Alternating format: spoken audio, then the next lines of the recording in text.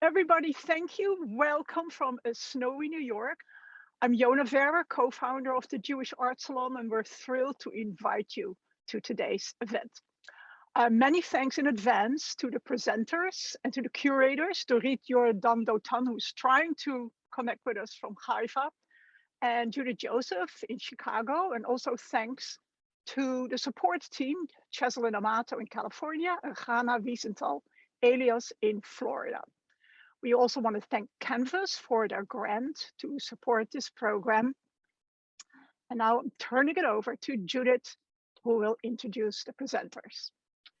I really hope that my colleague and co-curator Dorit can rejoin us, but I'm going to read her parts in the meantime. I would like to introduce Rhonda Spinec, the artistic director of The Braid. This is a global nonprofit theater and arts company focused on sharing contemporary Jewish stories, and Lynn Himmelstein, founder and artistic director and chair of The Braid. They worked together for over 10 years, collecting the stories of women rabbis worldwide. Together, they created the Story Archive of Women Rabbis as a way to use the filmed stories for education, illumination, and historical preservation.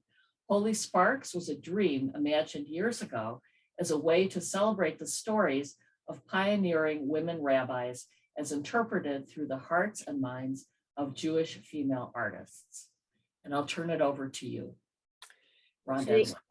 Thank you so much, Judith, for that beautiful introduction. Hi, everyone. I am Rhonda Spinec. I am the founder and artistic director of The Braid. And Lynn, do you want to say hello? Hi, all. So it's an honor to be here with all of you and to see so many of the artists we've been working with over the last number of years. Thank you for including us.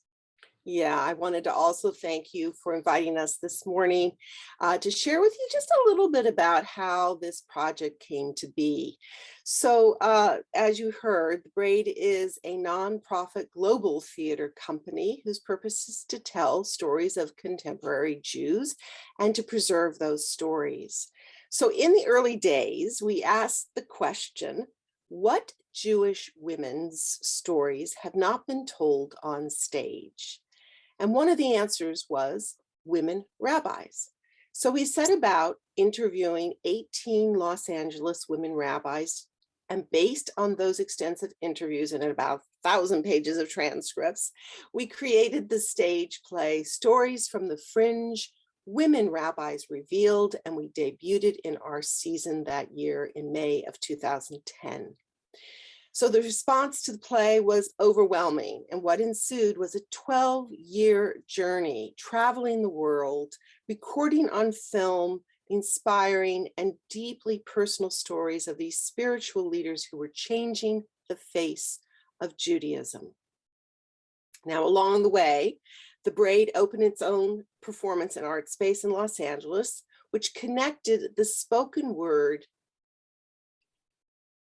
to the visual arts, exploring in both art forms such themes as temptation, courage, activism, mental illness, and all the while, as we continue to conduct more interviews, we continue to ask ourselves questions. So Jewish, isn't it?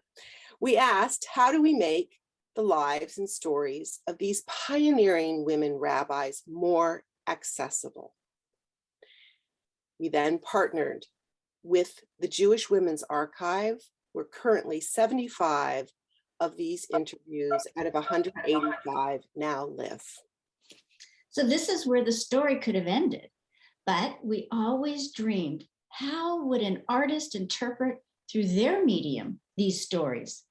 Holy Sparks is the realization of that dream.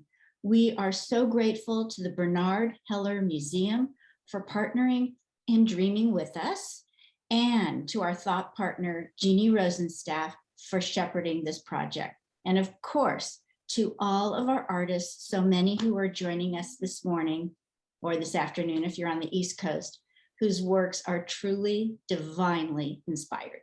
Thank you. Hello, everybody. We continue to present Jane Bloch Rosensaft.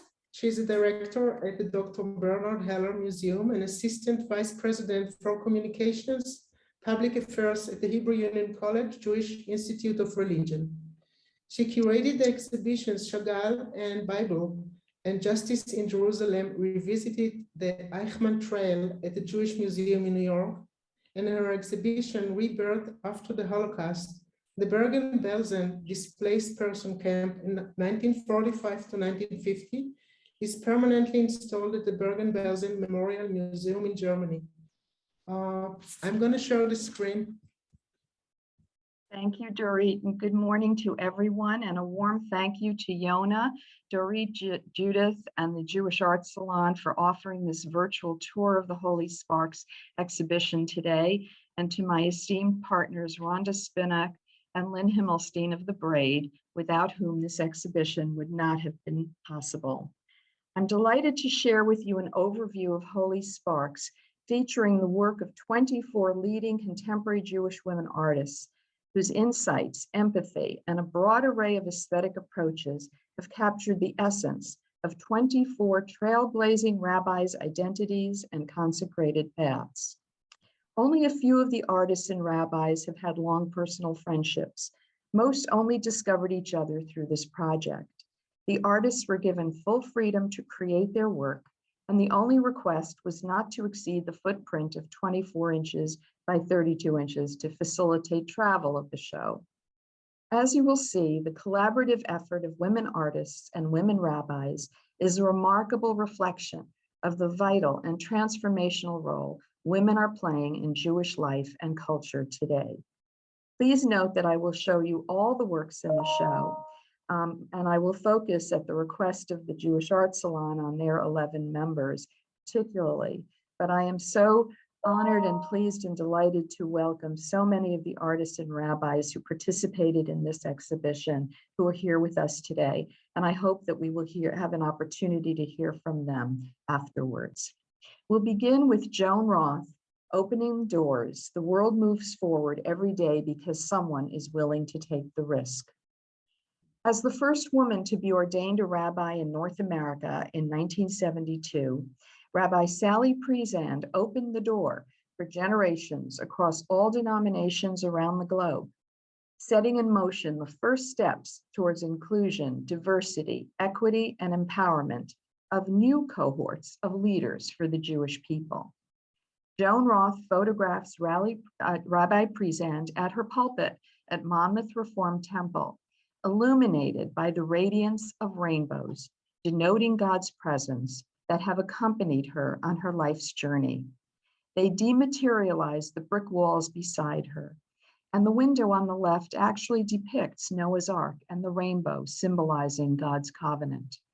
Behind her are the ark doors that she commissioned, with the Hebrew letter Shin at the center, serving as a halo over her head, symbolizing both Shaddai, the masculine name of God, meaning Almighty, and Shekhinah, the feminine divine presence. The inscription, "The world moves forward every day because someone is willing to take the risk," is the mantra of Rabbi Priesand's life and career. The next slide. The first woman ordained by the Reconstructionist Rabbinical College in 1974. On the left, we see Rabbi Sandy Eisenberg's Sasso's life story and her revelation of the spiritual imagination as portrayed in Deborah Band's paper cut, depicting the Torah as a clay jar emitting jewels. And on the right, we see Rabbi Jackie Tabak, Britain's first woman rabbi, ordained by the Laobé College in 1975, whose parable about inadvertent good deeds as the hands of God is evoked in Sandy Bleifer's three-dimensional work. In the next slide, we encounter the work of Ruth Weisberg, and it's so nice to see you today, Ruth. The friendship of this artist and rabbi date back to 1976, 1 year after Rabbi Geller's ordination at HUC, when she became director of the University of Southern California, Hillel, and Ruth Weisberg was a very junior USC faculty member in fine arts. The small scale of this work chosen by Weisberg, it measures just a bit over 11 inches by 10 inches, enhances its emotional power. Geller's visage fills the full frame of the work, about to burst through its boundaries, reflecting the impact of this rabbi, the third woman to be ordained in the Reform movement, and who was the first woman selected through a national search to lead a major metropolitan synagogue as senior rabbi of Temple Emmanuel of Beverly Hills. This representational portrait captures the distinctive warmth of Rabbi Geller's smile, and its diminutive scale pulls the viewer closer, creating an intimacy that expresses the rabbi's direct interpersonal connections through her spiritual and educational leadership and pastoral care. In the next slide, we see Hedy Abramowitz finding her home.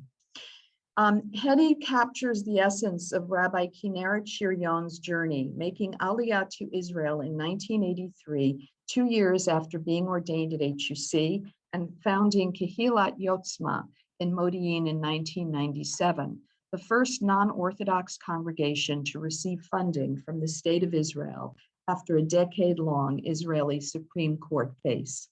Abramowitz, who calls herself a veteran Israeli by choice, understands the fault lines that Rabbi Shir-Yon has had to traverse as the first woman serving as a community rabbi in Israel. Literally taking on the people of the book, Abramowitz collages book parts into a conceptual portrait of Rabbi Shir-Yon finding her home. In this dissonant assemblage, Zionist works in Hebrew and English, docile next to biblical texts, Israeli songs, and maps of Israel. Praising the rabbi's recollection of portraying Zeresh in the Purim spiel of her youth because, quote, she wanted to be different, Abramowitz includes the Purim story as an element. The restless, ill-fitting juxtaposition of elements reflects the tremendous challenges of fitting in while breaking out of conventional boundaries to transform Israeli society. We feel both the energy and the obstacles of her journey, not a smooth one, as an outspoken advocate for Reform Judaism in Israel. Next slide. Rabbi Amy Perl, facing overwhelming discrimination against hiring women as rabbis in congregations after her ordination in 1982, decided to found her own synagogue and was the first female rabbi to start a congregation, Temple B'nai Shalom in Fairfax Station, Virginia, in 1986. Establishing a caring community guided by and living its Jewish values, her rabbinate has focused on teaching, counseling, and innovative preaching and worship, grounded in a deep commitment to the State of Israel. In this portrait, Deborah Ugoretz expresses Rabbi Amy Perlin's core values, inscribed both in Hebrew and English. Open my heart to your Torah, love God, teach your children, and let my soul pursue your mitzvot. Rabbi Perlin is front and center, holding the Torah aloft in front of the distinctive silhouette of her synagogue's Torah ark, showing the power and strength of her convictions. The crimson palette appropriates one of the priestly colors of the Mishkan, God's tabernacle dwelling in the desert. While the lush plants growing from stalks to blossoming bright flowers that surround her symbolize the process of her building the synagogue from a seedling to a fully flourishing community over the course of 32 years.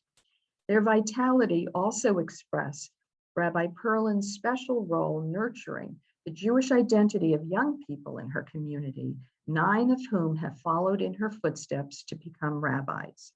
The work exudes warmth, welcome, the zest of life and joy, offering uplifting wisdom and inspiration for the viewer. The next slide is of portrait of Rabbi Amy Eilberg, the first woman ordained as a conservative rabbi by JTS in 1985. And here we see her surrounded by images of her social justice and human rights work in this portrait by Pat Berger. And in the next image, We see Rabbi Julie Schwartz, ordained in 1986 at HUC, whose role as the first woman rabbi to serve on active duty as a chaplain in the US military is captured by Emily Bowen Cohn in the comic strip style that draws upon the artist's storytelling work as a Jewish Native American artist. And now we come to Dorit Jordan Dotan's Angel's Embrace. It portrays Rabbi Denise Egger, ordained by HUC in 1988, and the first gay person to have held the position of president of the Central Conference of American Rabbis, the largest organization of rabbis in the world, who is also the editor of Mishkan Ga'ava, Where Pride Dwells, a celebration of LGBTQ Jewish life and ritual. Dorit was inspired by Rabbi Egger's recollections about her volunteer visits to Jewish HIV/AIDS patients in the early 1980s, when patients were isolated and shunned, and society condemned them in fear and ignorance, and how Rabbi Egger trained members of Jewish burial groups so they could give the dead purity and a Jewish burial.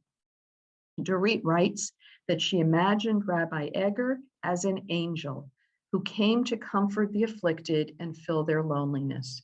In this work, we see the attentive and concerned visage of Rabbi Egger, enveloped in layers of wing-like brushwork, the successive layers of gossamer breaking through the darkness to bring light.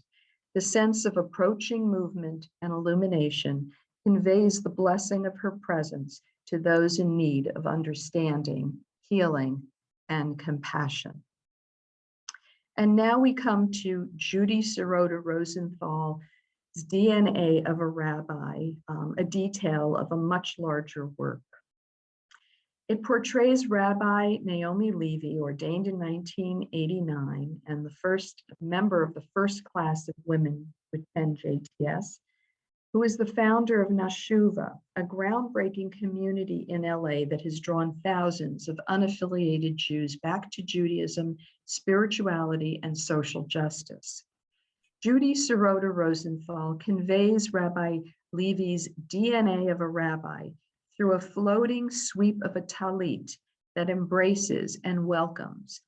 It's inspired by her playing with her beloved father's talit as a child that led her to her calling to become a rabbi. Rabbi Levy's gathering and guiding of souls can be discerned in this detail of her work, while the musical component, a recording of Elohai Neshama, is sung by the rabbi, her congregants, and the Nashuva Band, a partnership between Nashuva and Westwood Hills Congregational Church. Rosenthal channels Rabbi Levy's inspirational writings of finding resilience in life's darkest moments into this expression of the uplifting desire for joy, spirituality, belonging, and relationship with God. And now we come to Tamar Hirschl's diptych portrait of Rabbi Beb. Ordained by the Leo Beck College in 1990, Rabbi Pauline Beb is the first woman to serve as a rabbi in France and continental Europe since World War II, as the rabbi of the community of liberal Judaism in Paris. In this work, Tamar Hirschl captures the ideas behind Rabbi Beb's congregation rather than her likeness, connecting French and Jewish identity. She pairs depictions of Parisian landmarks, the Carousel and Pyramid of the Louvre, with images of a Hanukkah menorah and women wearing tefillin, each of which are contained in egg-like forms and are connected by outstretched hands that never quite touch, both suggesting the spark of creation and the access to culture and faith to all. Hirschl injects the core French value of liberty by her symbolic use of the color blue, which in Judaism is a symbol for divinity. The intersection of French and Jewish elements invests this conceptual portrait with layers of meaning. And now we see Ellen Alt's Path Breaking and Bridge Building. This work by Ellen Alt is the expression of a friendship of over 40 years with Rabbi Nama Kelman, the first woman to be ordained a rabbi in the state of Israel in 1972, and a tireless advocate for religious pluralism, women's empowerment, and advancing tolerance education in Israel. Alt constructs her portrait with quotes from Rabbi Kelman's favorite female inspirations, Zelophehad's Daughters, the songs of Naomi Shemer and Joni Mitchell, lyrics from The Sound of Music, and Judaic texts. Alt explains, quote, "The calligraphy weaves and dances as any change requires a fresh approach. A talit soars through the air, the tzitzit lift up in hope." The inscribed lyrics and quotations shift in font, scale, color, boldness, and direction amid layers of arc forms, setting up a visual vibration that creates a sense of rhythm, movement, and joy. And now we see Debbie Teicholz Guedalia's work entitled Standing Firmly in Her Garden. Rabbi Andrea Weiss, ordained in 1993, is the first female provost of HUC. As the editor of The Torah, a woman's commentary, she has empowered women's voices to interpret biblical texts. And as creator of American Values Religious Voices, she has galvanized religious scholars across faiths to offer wisdom to US government leaders at the onset of the past two presidential administrations. Debbie Teicholz Guedalia offers this beautiful interpretation, and I quote, "Rabbi Weiss's journey is an assemblage of metaphors that, like my photo collages, are layered with significance. In this portrait, she wears the talit that she wore for the first time on the first occasion when she ordained HUC's rabbinical and cantorial graduates in 2019. The talit is covered with applique photos of artifacts that connect her to HUC, such as Yaakov Agam's Torah Ark from the Petrie Synagogue, and green flowers from Andrea's Russian stacking dolls, which to her represent her stages of personal growth. Superimposed is a text that is meaningful to her. May my teaching drip as the rain, my words flow as the dew from Deuteronomy 32:2-3. Dew dries to be invisible like God's omnipresence and synthesizes like the montage elements in this portrait. Rabbi Weiss stands center stage on her grass, covered by dew, surrounded by her flowers and her fig tree, which bears a plaque from Micah 4:4. They shall sit under their own fig tree, and no one shall make them afraid. Rabbi Weiss's pose conveys her innate strength, assurance, and sincerity. And now we come to Siona Benjamin's Holy Flying Sparks. It portrays Rabbi Diane Kohler-Esses, who was the first woman from the Syrian Jewish community to be ordained a rabbi by JTS in 1995. She currently serves the Romamu community and has taught the Arts Beit Midrash with artist Toby Kahn. As a member of the B'nai Israel Indian Jewish community, Siona Benjamin identifies with Rabbi Kohler-Esses' non-Ashkenazi identity as a woman, a Jewish woman of color. This sense of otherness connects Siona deeply with Rabbi Kohler-Esses and her radical path. Siona depicts the rabbi wrapped in a sari that flows into her prayer shawl, breaking through the glass ceiling, flying over a geological topography, soaring between oceans and transcultural terrains, symbolizing her two identities, American and Syrian, as she reaches upward. Her blue skin reflects the sky and ocean, borderless and beyond boundaries. And now we come to depictions of Rabbi Noah Kushner, ordained in 1998 by HUC. where her story of holding the names of those loved and lost in the San Francisco kitchen community she founded is expressed by Harriet Estelle Berman's Hanukkah menorah of recycled materials with a view over Kushner's city. And we see Rabbi Hara Person's journey, ordained in 1998 by HUC, which was built on words as the publisher and first woman chief executive of the Central Conference of American Rabbis. Elizabeth Langer depicts her journey in her scripture-laden patchwork collage entitled Devarim, which was inspired by Southern Black women quilt makers' works.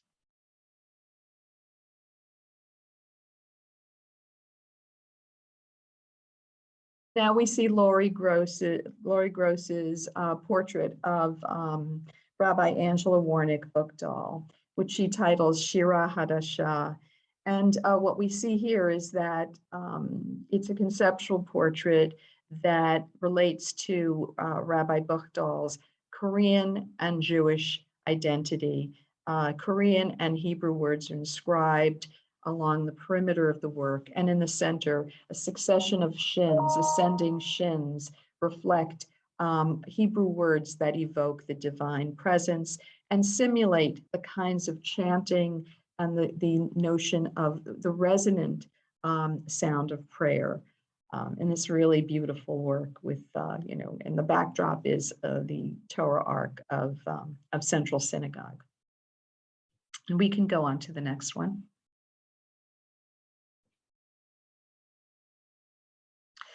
And Penny Wolin has done a serial portrait of Rabbi Sharon Brous, the founder of Ikar, showing her in a variety of poses, moods, activities, and ultimately concluding with her uplifted tossing of the orange, symbol of all those who are different, who are maybe on the margins of Jewish life and who merit inclusion and welcome. Let's continue on.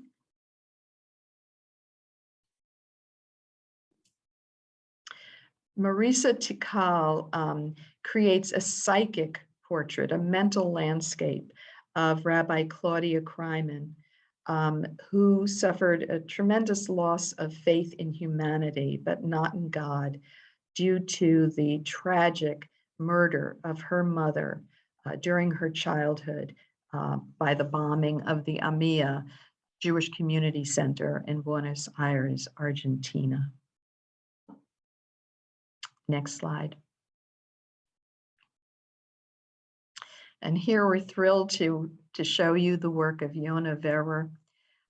Here we see Yona has chosen to depict the distinctive golden dome of the Neue Synagogue in Berlin, a landmark on the Berlin cityscape and a remnant of a building of tremendous wonder and glory that represented the success story of German Jewry in the mid-19th century as a bastion of liberal Judaism in Germany.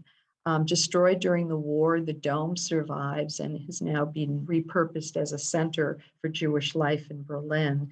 And what Yona has done is she has morphed this Moorish synagogue walls that you see the stencil detail in the work into a scroll, and the incorporation of the illumination that this scroll gives off, in which the letter Mem appears, symbolic of Masorti or conservative Judaism, which is the movement that Rabbi Geza Ederberg leads in Germany today. And we're so thrilled. I saw Rabbi Geza Ederberg on the screen, and she could tell us so much about her journey and her story.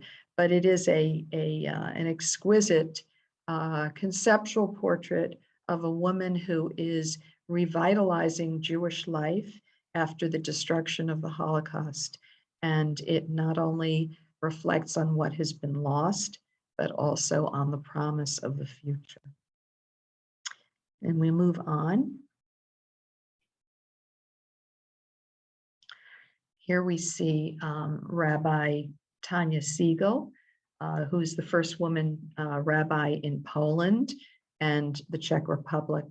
And Linda Soberman has depicted her under a canopy of chairs bearing the likenesses of victims of the Holocaust. And so this portrait projects not only Poland's tragic past, but also the capacity for Renaissance personified by Rabbi Tanya Siegel in the foreground. Next.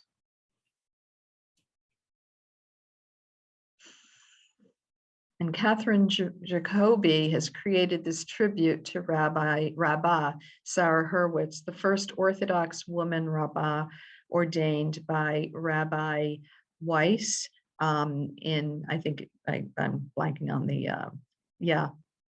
Oh, I'm sorry. Yeah. In any case, and here she is the president and founder of Yeshivat Maharat, which is ordaining large numbers of women, Orthodox women, to be Orthodox women rabbis.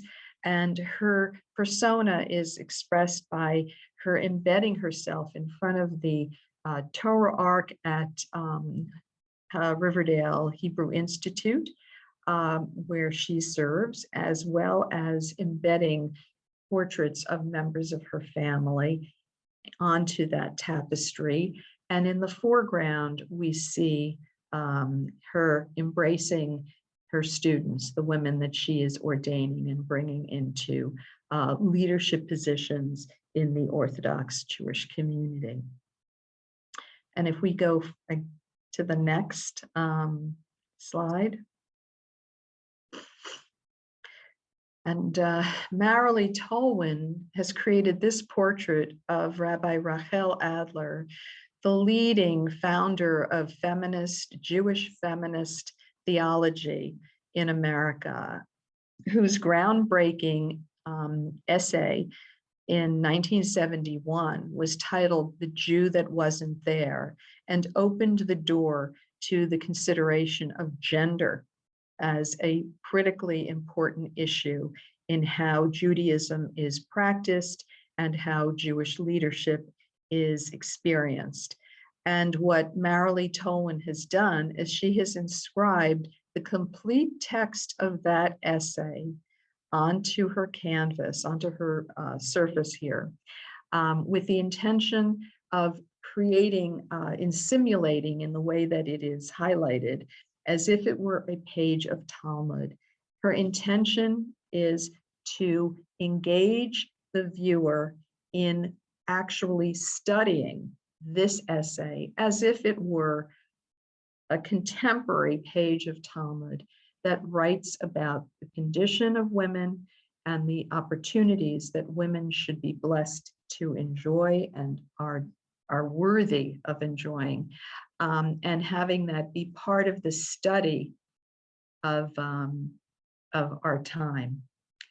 And we conclude with the next slide of Carol Hamoy's Inheritance, dedicated to the journey of Rabbi Tamar Cohen-Eskenazi, who was the first woman to be hired as a faculty person on the rabbinical faculty of HUC, and really was a pioneer in bringing women's studies and women's interpretation of the Bible to the academic and Jewish world.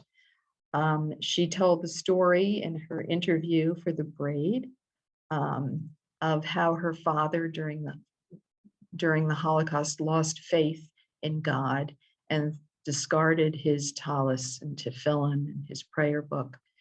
And here, what Carol Hamoy has done is she has brought the commandments of putting on the tefillin as a sign of covenant with God, and expressed it on these women's gloves that reach out to each other and express a faith and a continuity of faith despite all.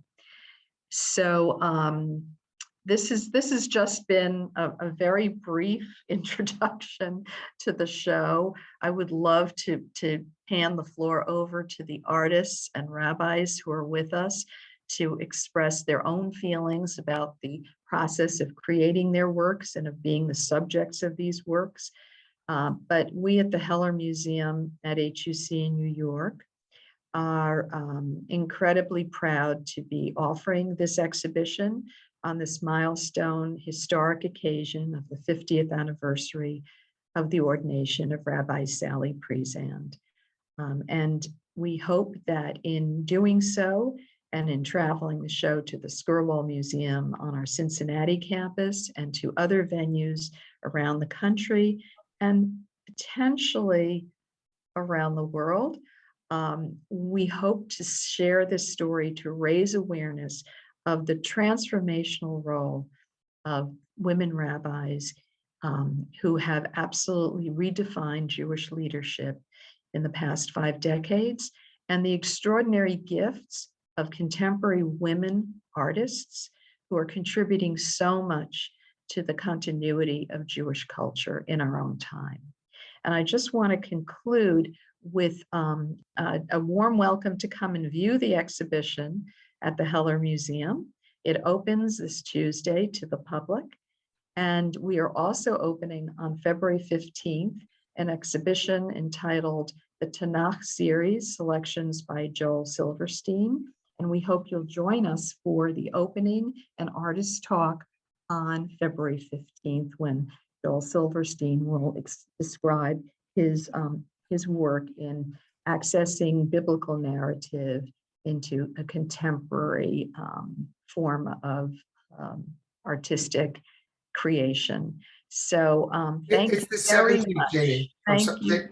Oh, sorry. Can you hear me? It's the 17th, not the 15th. Oh, I'm so sorry. Yeah. Forgive me. It's okay. February 17th. Thursday night.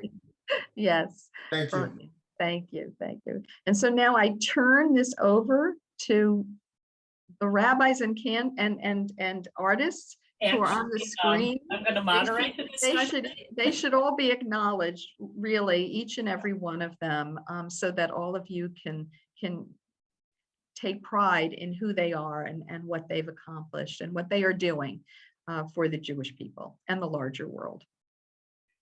Jeannie, thank you so much for that superb and kind of lightning speed journey through this extraordinary exhibition. You had a lot of material to cover and you did it with great insight. And I think it just leaves everybody wanting a taste for more. So lucky New Yorkers, once you clear all the snow away, you can make your way to the Dr. Bernard Heller Museum to see the exhibit. And for the rest of us, we'll just have to enjoy it digitally. But I really appreciate your insights. And I have a few prepared questions for some of the artists. So I'd like to kick off our discussion with that, and then we'll open it up to the group. So I would like to begin with a question for our director of the Jewish Art Salon, Yona Verwer, and I'm going to share my screen and pull up your image, Yona. Why do you think well, let me put it this way.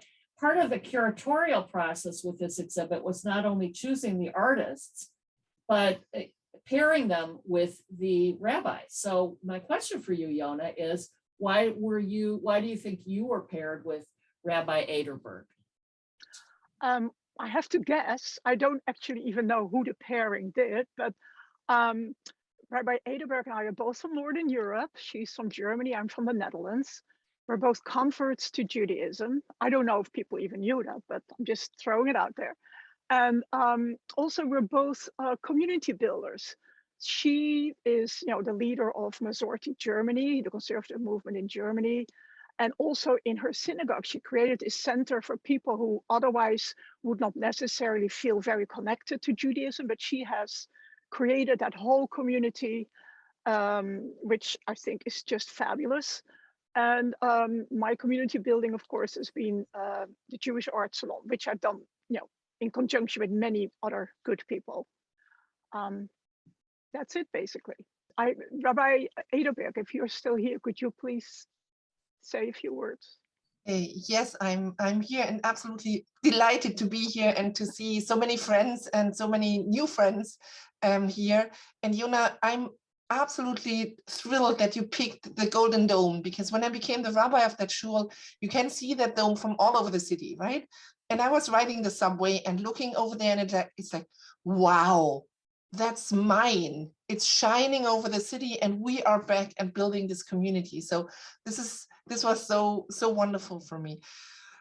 It's, you know, following with the artwork and the exhibition, for me, it's really like taking a breath in between all the COVID-related stress we are all having, and just looking beyond and connecting with all of you over Zoom, and you know, looking forward to coming to New York one day, hopefully again, since I'm currently on the board of the Rabbinical Assembly. So the international connection is really vital. Seeing what American Judaism has achieved in the post-war period, and trying to bring that also back to Germany and connecting it to our pre-war roots and so on. Thank you so much. Thank you, Rabbi Edelberg. We're so thrilled to have you with us today. And thank you, Yona. We have so many artists to visit with, so I'm going to kind of quickly go to my next question, which is for Ruth Weisberg. And I'm going to just pull up her image. Ruth, so good to see you in Los Angeles, joining us today. My question about your piece has to do with the format. You've known your close friend, Rabbi Laura Geller, since the 70s. Now, you are a figurative artist. You do a lot of works that are large and include the full figure. Tell us about your choice to focus the portrait on her face rather than pulling back and showing more of her environment. Oh, you're muted, Ruth. Just unmute, please.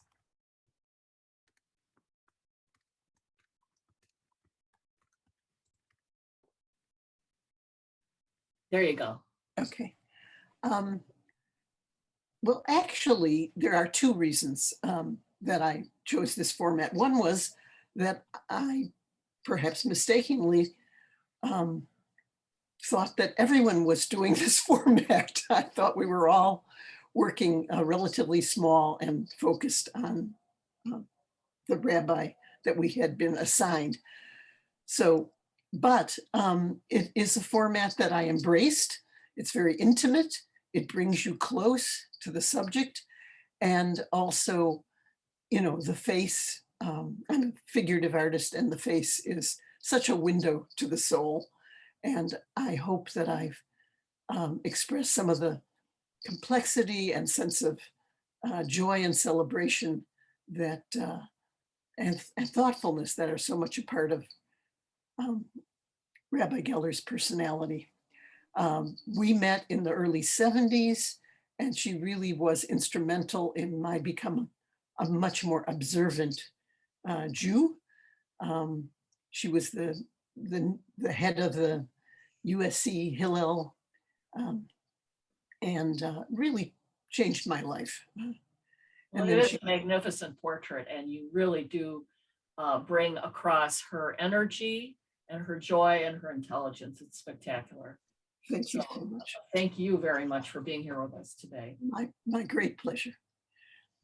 And Siona Benjamin, I know, is here, and I am pulling up your piece. So Siona, you mentioned in your remarks that, or actually to me, that Rabbi Diane Kohler-Esses comes from a Syrian Jewish background, and that she had to break through the glass ceiling in her community to become a rabbi.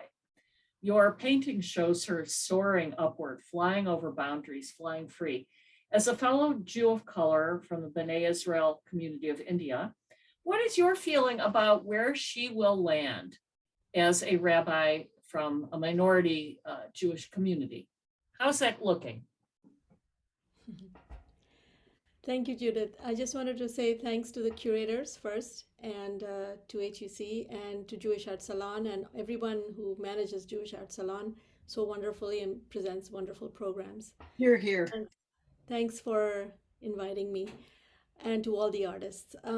Well, I think meeting Rabbi Diane was, whoever did the pairing did it really nicely, because I think I got a rabbi that I was very invested in, and I felt really well matched, you can say, because we talked about how it was difficult for her to get ordained as a rabbi, and how her Syrian Jewish community opposed women to becoming rabbis. And even though there was, I grew up in a very liberal Jewish India, in the sense that my own family was very open, and then they all immigrated to Israel.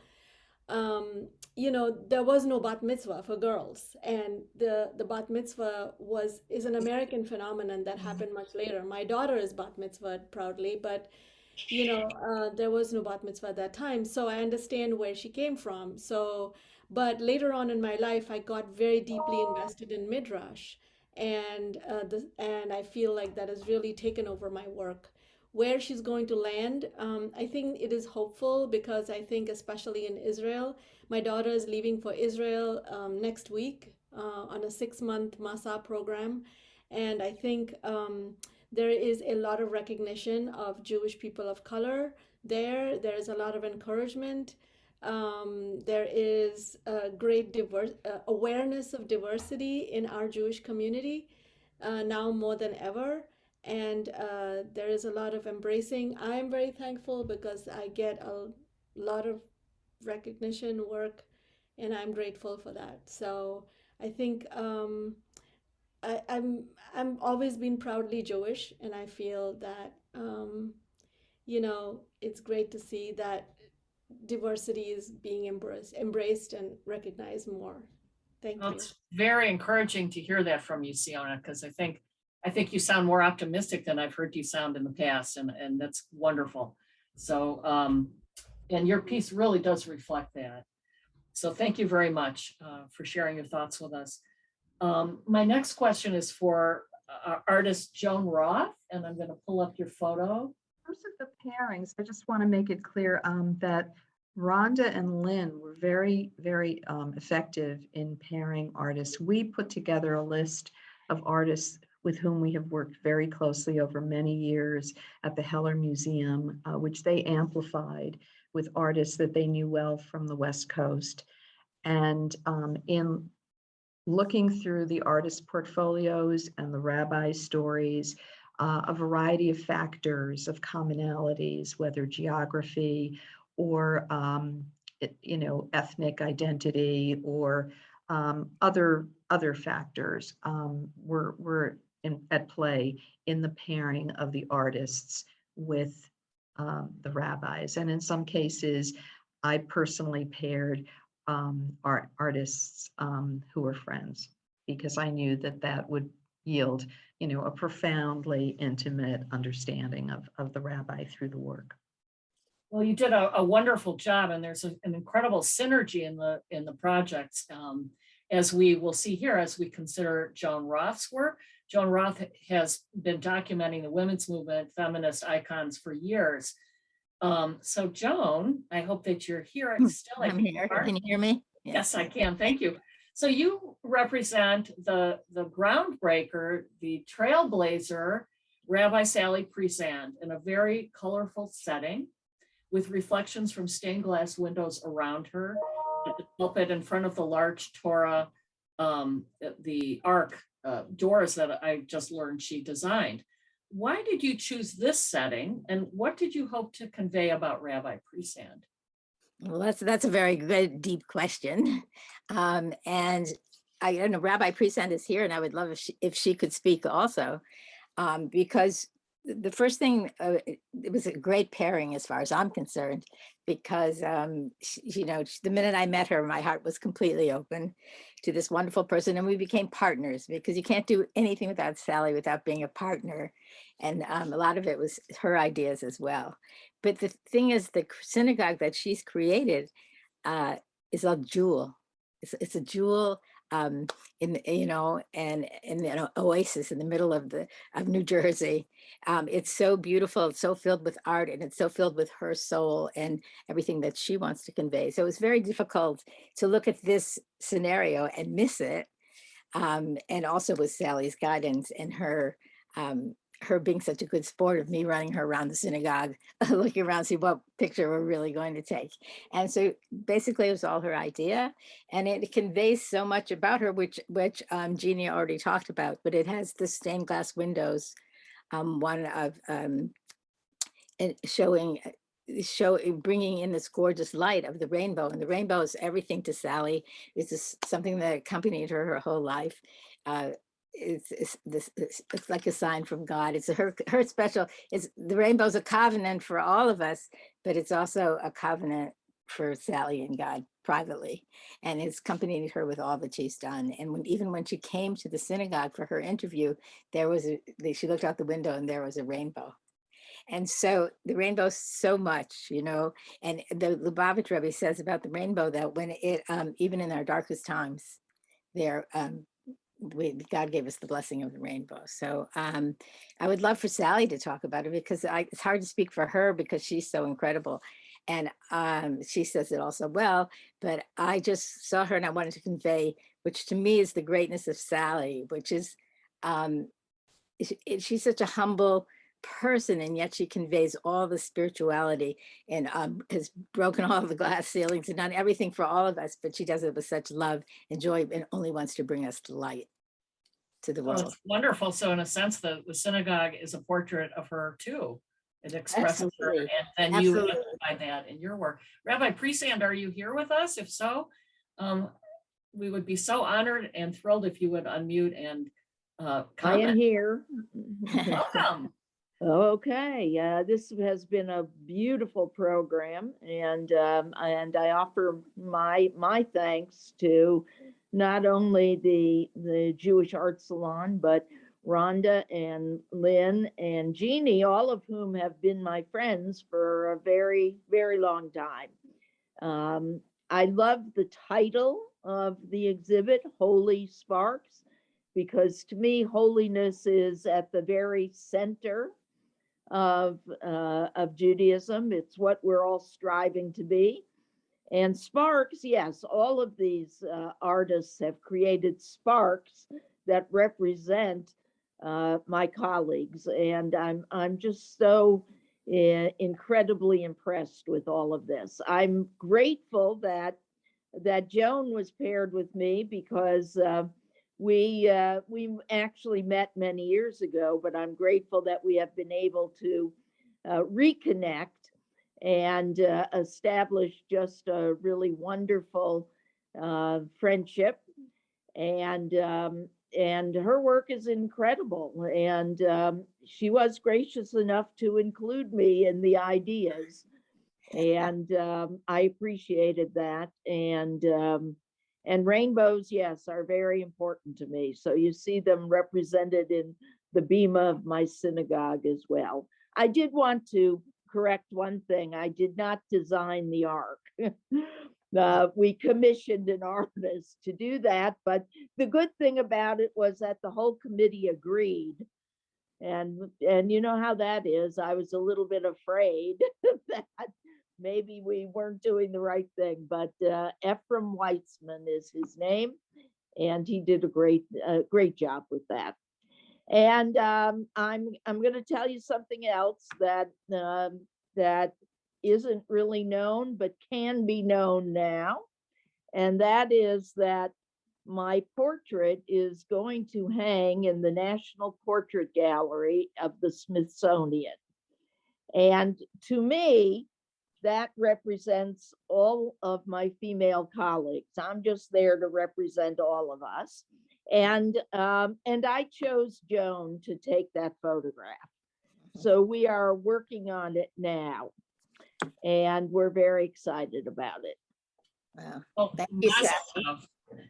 I'm very excited. It's such an honor for me. Everything is an honor. I want to thank all of you. And of course, I adore Sally. You couldn't have done a better partnership in the whole world. As far as I'm Mazel tov to both of you, Kol HaKavod and Rabbi Priesand. We are just so thrilled that you are with us today, because without you, none of this happens. So we really do appreciate it. Thank you so much. I would like to invite Dorit Jordan Dotan to say a few words about her piece. Thank you, Judy. Thank you, Janie and Lena and Rhonda for this beautiful presentation and lovely exhibition. So at first I was thinking about why did they pair me with an LGBT? Well, why? Okay, so obvious, right? So then I dived into the materials that I got, which was a lot of interviews with Rabbi Eger. And then I saw that there is a lot of connection between us. She's so revolutionary in everything she did for the people, for the HIV patients at the time that nobody were just looking at them. She was, she prepared them for Tahara. She was connecting with their families. Nobody could go in there to just be with them and support them mentally and also physically. And she was so brave in that. So I was really admired her work. And I thought that this is what connected us, not being from the LGBT community only, which is great that she's a rabbi that is from this community. So, but you wanted to ask me, Judith, I know you sent me the question about a specific question. When you thought about the compassionate work that Rabbi Eger did with AIDS patients, you decided to create the face of an angel. Tell us about the face. Where did the face come from? Was it modeled on the rabbi or something else? So this is a very good question, because this face is my great-grandmother, was born in Vienna, and she's my angel. Actually, when I started to working on this piece, the angel didn't have any wings. And while I was working on the face, and I was imagining my great-grandmother. Why?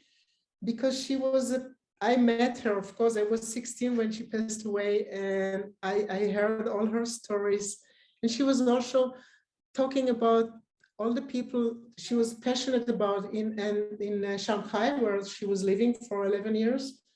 And I was just seeing her face while thinking about Rabbi Eger doing good. I was seeing her face, and I started, and what was interesting, that the wings grow. First, it was just symbolic wings. I mean, it was very abstract, but then I was really working on the wings. It was so important for me that the wings will have this power, they're breaking through. And so you don't even see the sign of the virus behind, like it's a ring of the image of the virus. But basically, my great-grandmother is her portrait presenting Rabbi Eger. There's also a feeling of ocean waves. You know, I sort of see the sea parting, you know, this miracle of this angel in the midst of the water. And to me, this looks like purification, the waves washing away the disease, the sorrow, the suffering, and this sort of very compassionate presence. And I didn't know that it was your great-grandmother. That's lovely. And I think we probably all have grandmas or great-grandmas or mothers that we think about, or mentors, many of whom are here, to be honest, who bring us a lot of hope, especially in today's world, which can be a little bit bleak. So that's a beautiful image. I want to just say thank you for the Dr. Bernard Heller Museum for putting this up, this exhibit, and I'm very honored to again exhibiting with you. So thank you. So at this point, I'm just checking the time. We are a little over, but I do want to provide opportunities for people to ask questions. There was one that's an easy question. Shoshana Brumbacher asked about, will there be a catalog? Well, I think the catalog is what I was showing work from. So Jeannie, will that catalog be available for sale? Yes, the catalog's available from the museum. It's also online digitally on our website, and someone put the link on in the chat. You know, we'll be circulating it. It's hot off the press. It arrived from the printer at the end of this past week, and copies will be delivered to the artists and to the rabbis imminently. Thank you. Now I'm just looking at the screen of all the faces, and if anybody has a question, if they could either use the raise hand function or just wave at me if you have a question for one of the artists. Well, I know that Hannah Rosenthal Elias had a question for Yona. So Hannah, why don't you go ahead and unmute and ask your question? Sure, so thank you so much. Beautiful presentation today. Yona, I was particularly fascinated by your work, and I'm wondering if you could speak a little bit about, what I saw for sure were multiple layers of meaning there. I know the history of that synagogue, having toured it in 1993 during the restoration, and I know that it is, interestingly enough, one of the only synagogues in Berlin that was not set afire on Kristallnacht. It was initially set on fire, but then that fire was put out. And I see that, the letter that you chose, the mem, and know that the mem is very much connected to Mayim.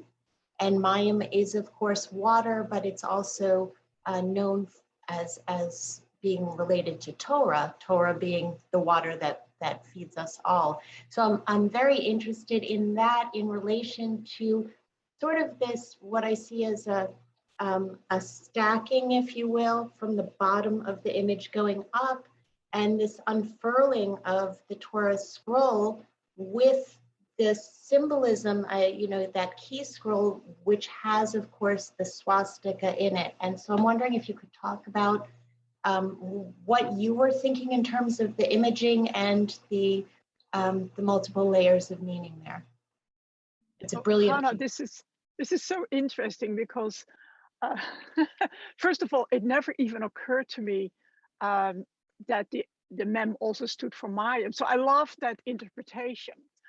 Actually, for me, first of all, it started as, mem is for Masorti, the movement, and that's, such important thing for Rabbi Edelberg. She's really the leader in Europe's Masorti movement. But also the word mem, M-E-M, in northern Netherlands, where my mother's family is from, they have a dialect, and the word mem means mom or mother. So I think of Rabbi Edelberg a little bit as someone who really created this community for, I don't want to say outcasts, but people who don't really fit in, or maybe not feel necessarily comfortable in regular synagogue life. And so she really created this whole new community. So I think of her a little bit as a mother. So that was the other motivation for the M.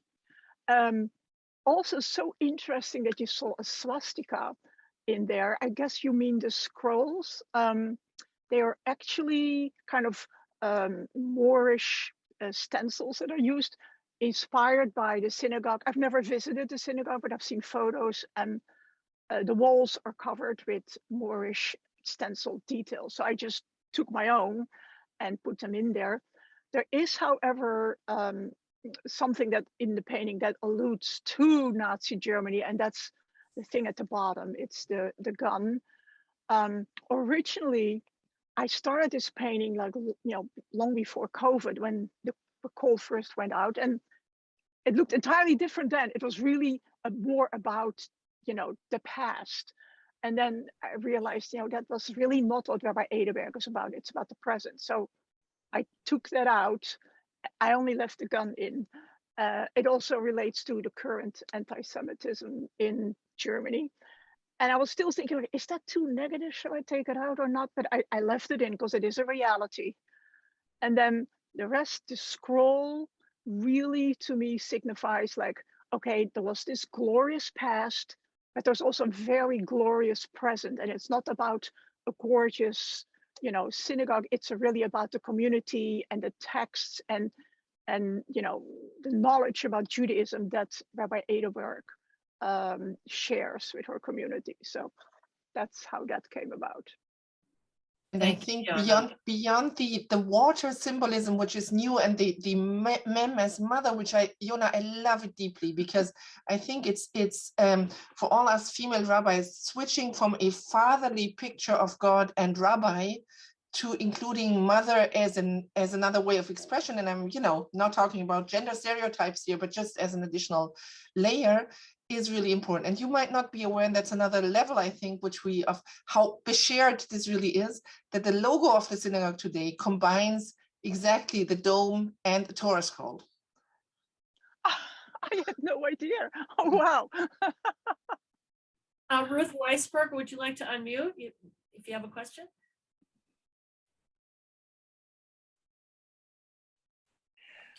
I would just like to speak on behalf of all of us on the West Coast, that I really hope that this exhibition comes to Los Angeles, and that you can count on me to do everything in my power to help bring it.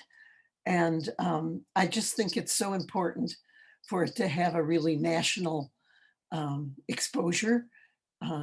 I've been very impressed with all of the work and what it means and the way it pays tribute to this wonderful generation of women rabbis. It just seems really important for it to have as national a presence as possible. Hear, hear. It's phenomenal. I just wanted to refer to what Yona was saying about her piece, and I think what it made me realize is you look at each of these works, and each single one is so multi-layered and so complex, partly because of the thoughts of the artist, but also because of that interplay and that synergy with the rabbis that gives rise to added layers of meaning. And it really becomes a chavruta experience where you have two people sharing ideas and about their life. And it really creates something that's larger than each of them individually. And I think that's a miraculous thing that we all appreciate.